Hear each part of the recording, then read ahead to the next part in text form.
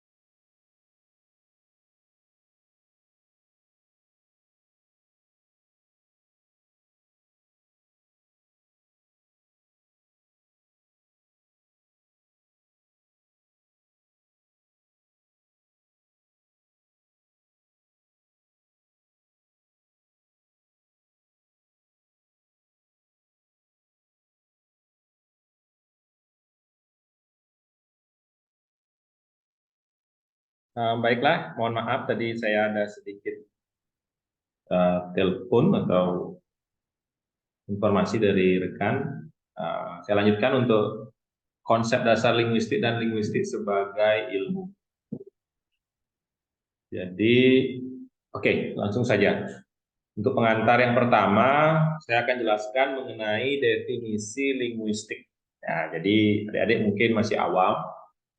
Apa itu linguistik? Ya, jadi linguistik itu berasal dari kata apa? Ya, mungkin bisa diambil dari kata language ya. Ya, language itu berarti bahasa. Ya, kemudian ada yang mengambil istilah mungkin um, linguistik ya dari mungkin bahasa Perancis ya mungkin juga ya langue juga ada yang bilang ya langue. Kemudian ada yang bilang linguistician. Nah, itu banyak istilah yang berhubungan dengan linguistik.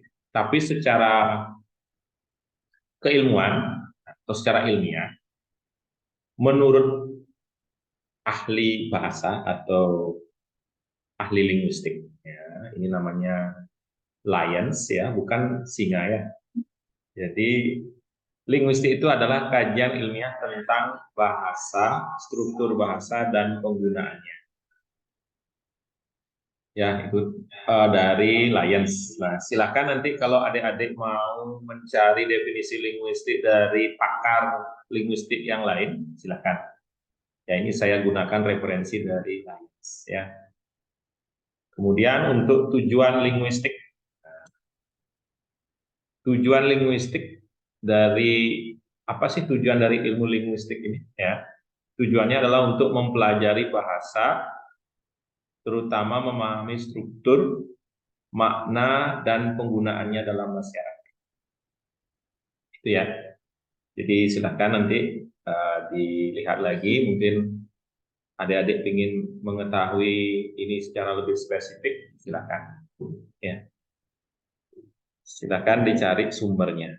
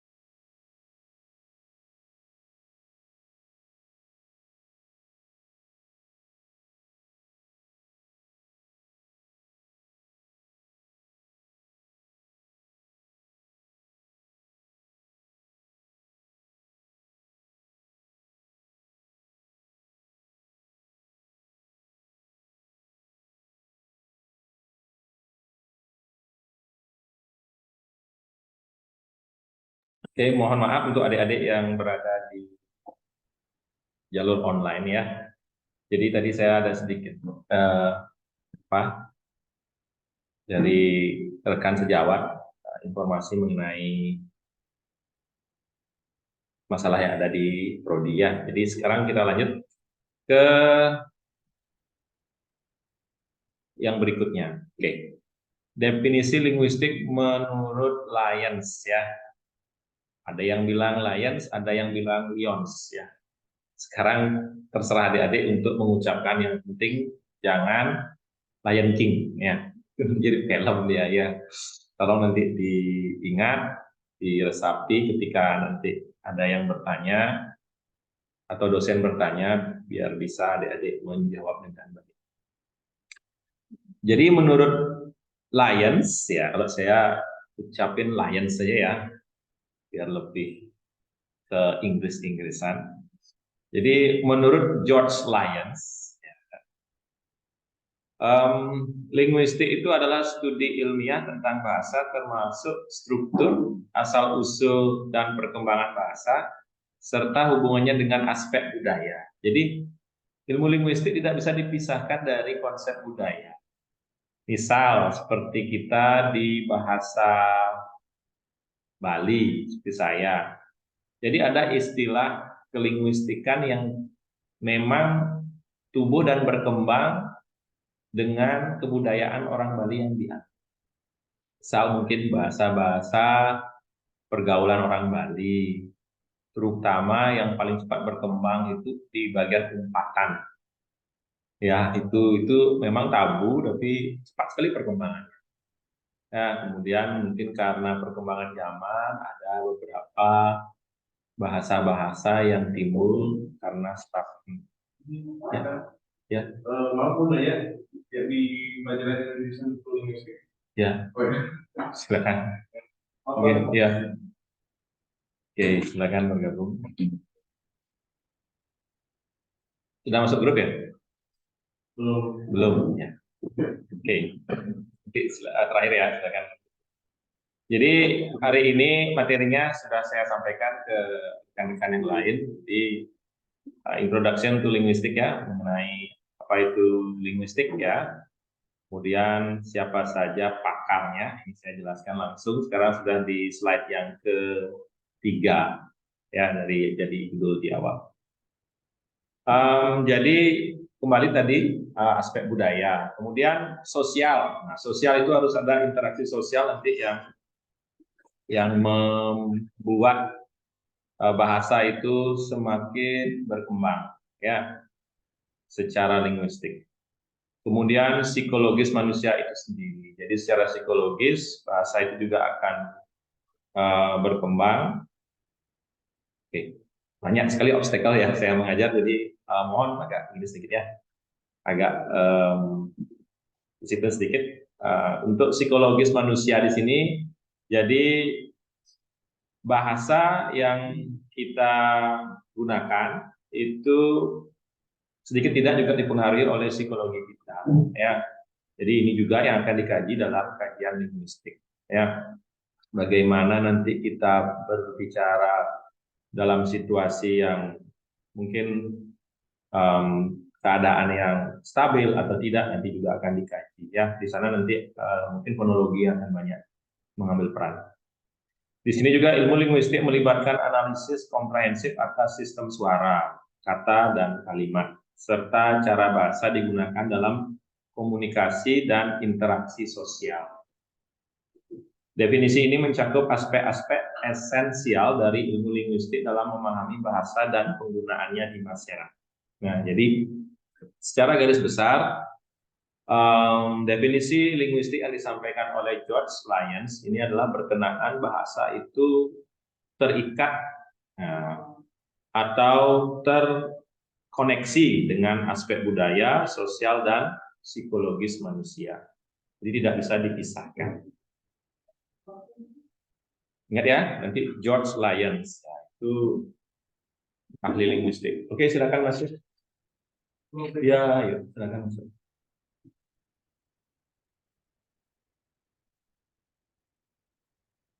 Oke. Tolong pintunya ditutup. Oke, berikutnya ini cukup banyak ya penjelasannya. Nanti silakan adik-adik baca sendiri slide-nya. Saya hanya menjelaskan beberapa hal yang sifatnya esensial ya. Kemudian kita ada di tujuan linguistik menurut Lyons ya. Ada 5 tujuan di sana. Yang pertama adalah deskripsi, kedua adalah penjelasan, yang ketiga adalah penggolongan, yang keempat adalah pemantauan, dan yang kelima adalah preskripsi. Oke, silakan masuk. Ya, ya.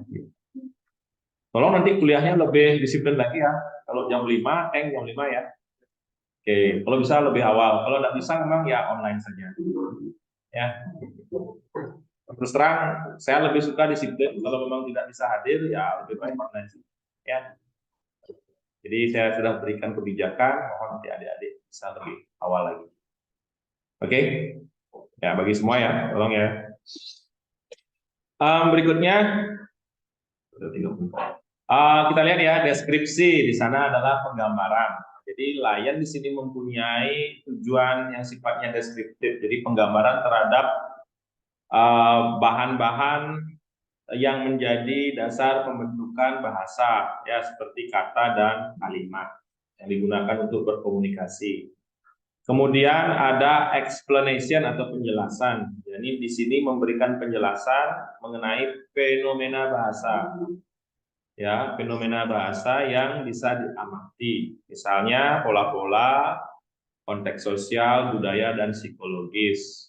Selanjutnya ada penggolongan. Ya, di penggolongan ini sifatnya ada beberapa hal yang dikelompokkan ya secara struktural dan tujuannya untuk menganalisis pola-pola yang terdapat di setiap bahasa yang digunakan. Kemudian ada pemantauan atau monitoring. Jadi sifatnya di sini adalah memiliki tujuan untuk memantau ya perubahan bahasa dari satu waktu ke waktu yang lain, baik dalam jangka waktu yang singkat ataupun lambat ya. Kemudian preskripsi, jadi dapat memberikan pedoman, petunjuk penggunaan bahasa yang baik dan benar. Jadi di sini grammar atau structure itu berperan penting dalam tujuan linguistik yang diajukan oleh Lyons. Oke. Nah, berikutnya ini yang paling penting ya. Jadi bidang studi dalam linguistik apa saja? Secara garis besar dapat saya sampaikan, bidang studi dalam kajian linguistik itu ada beberapa bidang studi, tapi yang ingin saya sampaikan itu pada pertemuan ini ada 4 ya. Jadi ada fonologi, morfologi, sintaksis, semantik, dan yang lain mungkin ada pragmatik ya. Ada morfosintaksis. Nah, itu nanti ada banyak sub bidang linguistik yang akan adik-adik pelajari di program studi bahasa Inggris ini. Yang pertama yang ingin saya jelaskan di sini adalah fonologi. Jadi fonologi adalah kajian tentang bunyi bahasa dan pola pengucapannya. Bagaimana bahasa itu dibentuk dari bunyi, ada konsonan, ada vokal, ya. Nanti di sana akan ada juga suku kata, bagaimana pelafalannya yang benar. Kemudian kalau di bahasa Inggris itu ada namanya phonetic and phonemic. Nah, itu nanti silakan akan diampu oleh dosennya di semester berikutnya. Kemudian ada morfologi, analisis struktur kata dan pembentukan kata, bagaimana kata itu dibentuk, ya mungkin ada sisipan, akhiran, ya awalan, itu namanya morfologi. Kemudian analisis struktur frasa dan kalimat. Nah, itu kajiannya namanya sintaksis, ya. Bagaimana subjek, predikat, objek itu nanti dipetakan atau dikaji, dianalisis secara sistematis. Kemudian ada yang namanya semantik, itu mengkaji tentang makna kata, frasa dan kalimat. Ya, jadi nanti adik-adik di sana akan diajarkan mengenai makna kata, makna denotatif, konotatif, ya. Kemudian ada majas, ya, majas metonimia, hiperbola, nanti di sana akan dikaji di kajian semantik. Oke, secara teknis akan saya jelaskan beberapa seperti fonologi. Jadi secara teknis, fonologi adalah cabang ilmu linguistik yang mempelajari sistem bunyi atau fonem. Ya, bagaimana bunyi-bunyi itu diorganisir. Oke, apa saja yang dikaji pada fonologi? Yang pertama adalah konsonan dan vokal. Jadi seperti yang saya sebutkan tadi, ya, bagaimana bunyi konsonan itu terbentuk. Kemudian bagaimana bunyi-bunyi konsonan itu digunakan dalam setiap bahasa yang dikaji, ya. Kemudian ada yang kedua, pola bunyi dalam bahasa, ya. Misalnya seperti yang ada di sana, bunyi K dan T dalam kata cat membentuk suku kata yang berbeda, ya, sehingga mempengaruhi makna kata tersebut. Tulisannya menggunakan C, tapi bunyinya dibunyikan jadinya cat, K di sana yang berbunyi, ya, tidak C, tidak cap jadinya. Nah, itu juga dikaji dalam fonologi. Jadi pola bunyi dalam bahasa. Oke, berikutnya ada namanya morfologi. Jadi cabang ilmu linguistik yang mempelajari struktur, bentuk, dan pembentukan kata dalam bahasa. Seperti yang tadi sudah saya sebutkan, ada beberapa hal yang dikaji dalam cabang ilmu morfologi. Yang pertama adalah morfem. Yang kedua morfem juga, tapi yang terikat. Yang pertama bebas, yang kedua terikat. Yang ketiga penggabungan morfem, dan yang terakhir adalah afiksasi. Nah, kita lihat di sana apa yang dimaksud dengan morfem bebas. Jadi morfem yang dapat berdiri sendiri, contohnya book, run, dan happy. Kalau dalam bahasa Inggris disebut dengan ordinary verb. Kemudian ada namanya morfem terikat. Nah, di sana morfem ini tidak bisa berdiri sendiri. Ya, dia harus mendapatkan awalan atau akhiran. Seperti contoh, itu ada awalan an ditambah dengan do jadi undo. Kemudian akhiran ed itu terikat dengan kata kerja walk, ya, menjadi walk, ya. Dia masuk ke dalam past participle dalam bahasa Inggris, ya. Jadi itu termasuk morfem terikat. Kemudian ada penggabungan morfem. Kita lihat di sana ada kata untouchable, terbentuk dari morfem awalan an yang berarti tidak, morfem intinya touch yang berarti sentuhan, dan morfem akhirannya able yang menunjukkan bisa. Jadi itu morfem penggabungan, ya. Nah, itu bisa nanti dipelajari secara lebih detail di morfologi. Kemudian ada yang namanya afiksasi. Proses penambahan morfem seperti awalan, prefix, dan akhiran suffix, ya. Contohnya ada unhappiness, ya, itu lihat di sana, ya. Ada un, ya, di sana yang sebagai awalan. Nah, kemudian ada happy yang sebagai morfem intinya, dan ness, ya, bukan ngenes ya di sini, ya. Ness itu yang membentuk kata benda di sana. Jadi proses afiksasinya terlihat di sana, ya. Jadi afiksasi ini dia membentuk jenis kata baru, ya. Jadi itu yang menjadi inti dari tujuan dilakukannya afiksasi. Jadi kalau happy, ya, diberi awalan an, diberi akhiran nas, jadi unhappiness. Jadi beda dengan happy itu sendiri. Happy itu gembira, ketika bertemu awalan an dan bertemu akhiran nas, dia jadi ngenes, ya. Unhappiness, ya. Seperti itu biar lebih mudah untuk memahami, ya. Nah, itu namanya afiksasi.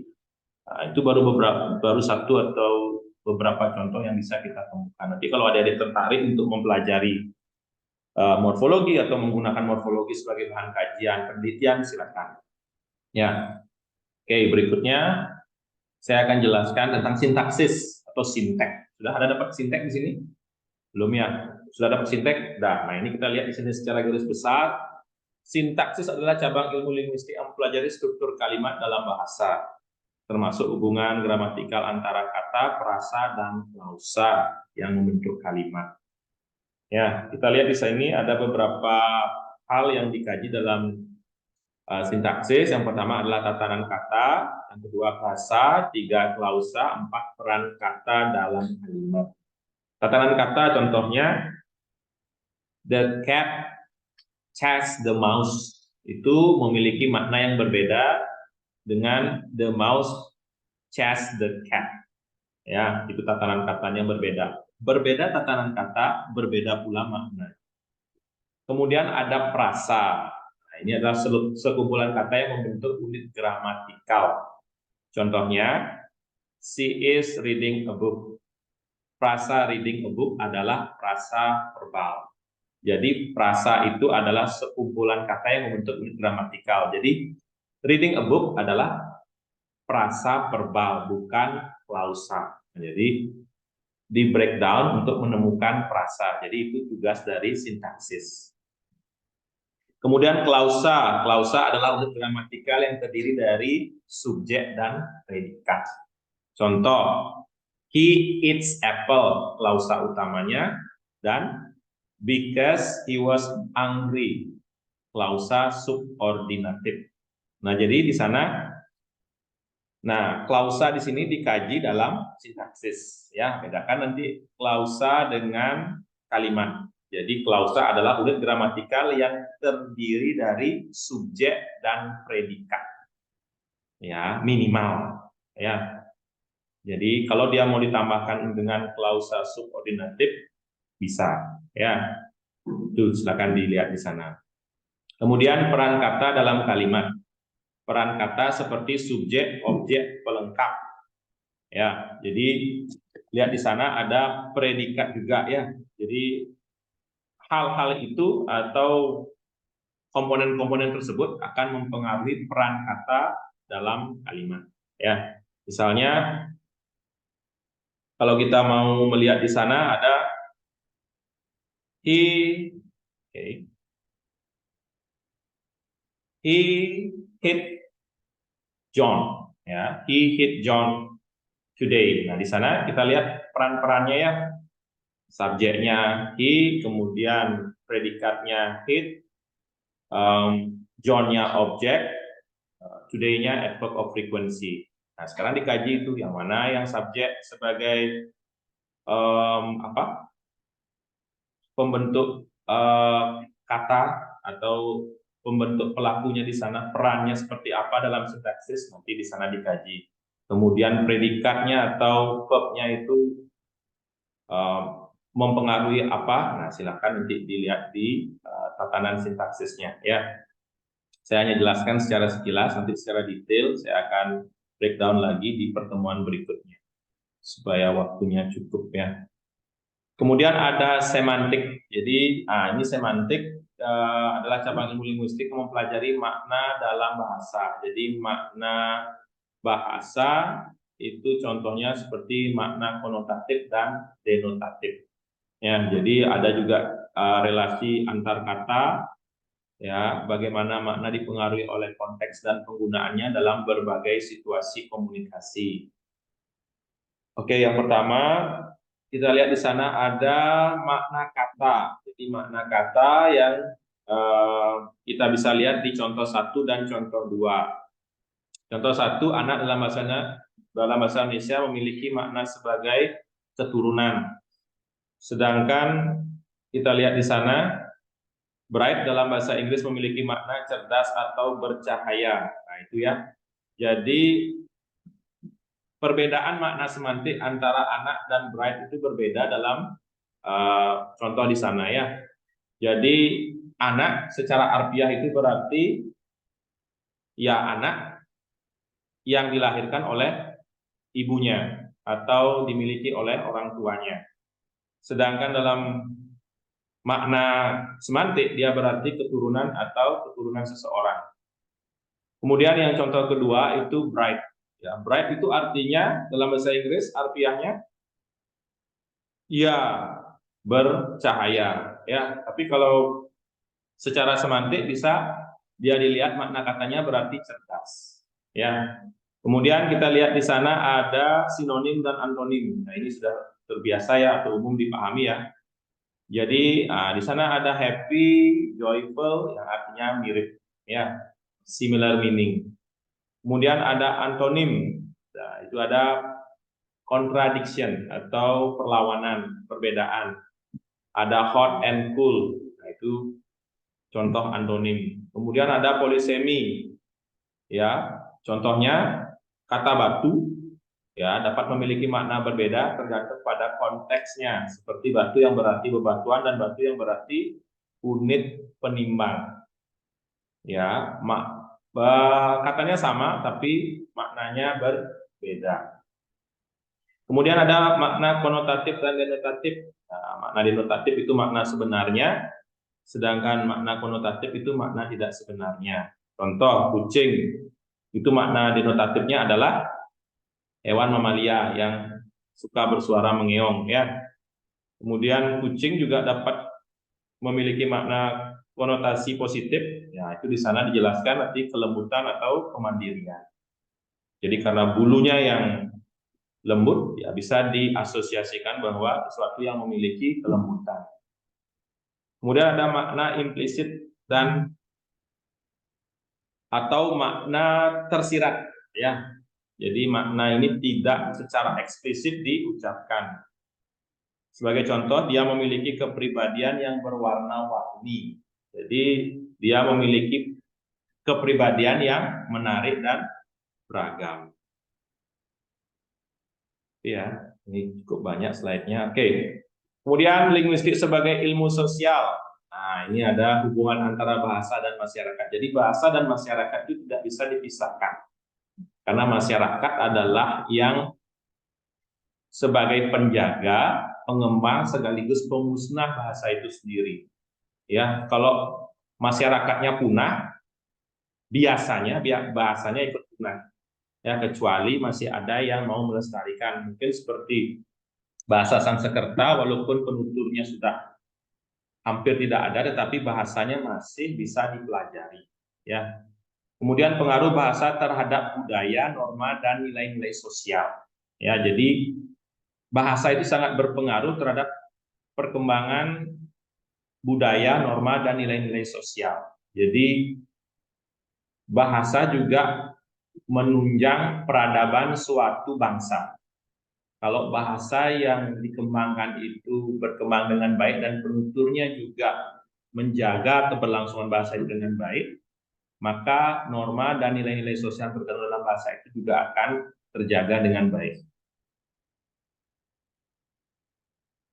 Kemudian berikutnya ada linguistik sebagai ilmu kognitif, ya. Jadi ada kaitan antara bahasa dan proses kognitif manusia. Jadi bahasa itu adalah hasil dari proses berpikir yang dilakukan oleh manusia karena adanya proses interaksi sosial.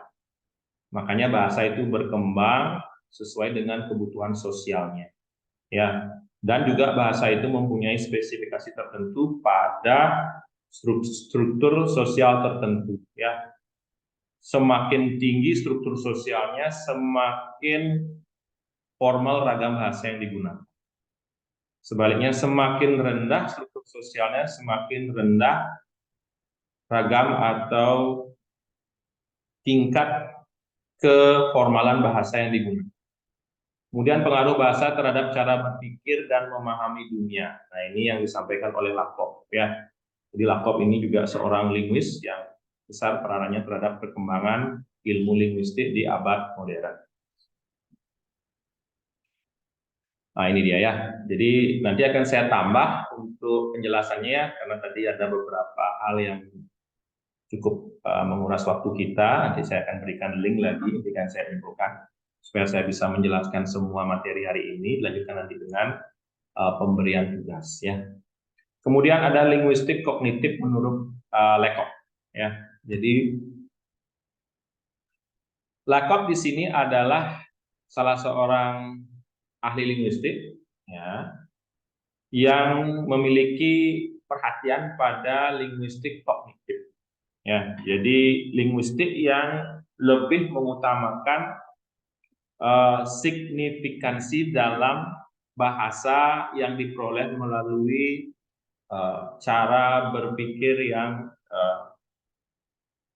Istilahnya di sini dalam tanda petik metafora konseptual. Jadi apa itu metafora konseptual? Jadi cara berpikir yang menggunakan atau menyajikan argumen bahwa bahasa penuh dengan metafora konseptual yang dibumbui dengan realitas abstrak, ya, ke dalam konsep-konsep yang lebih konkret, ya. Jadi sesuatu yang abstrak kemudian dikonsepkan menjadi sesuatu yang lebih konkret.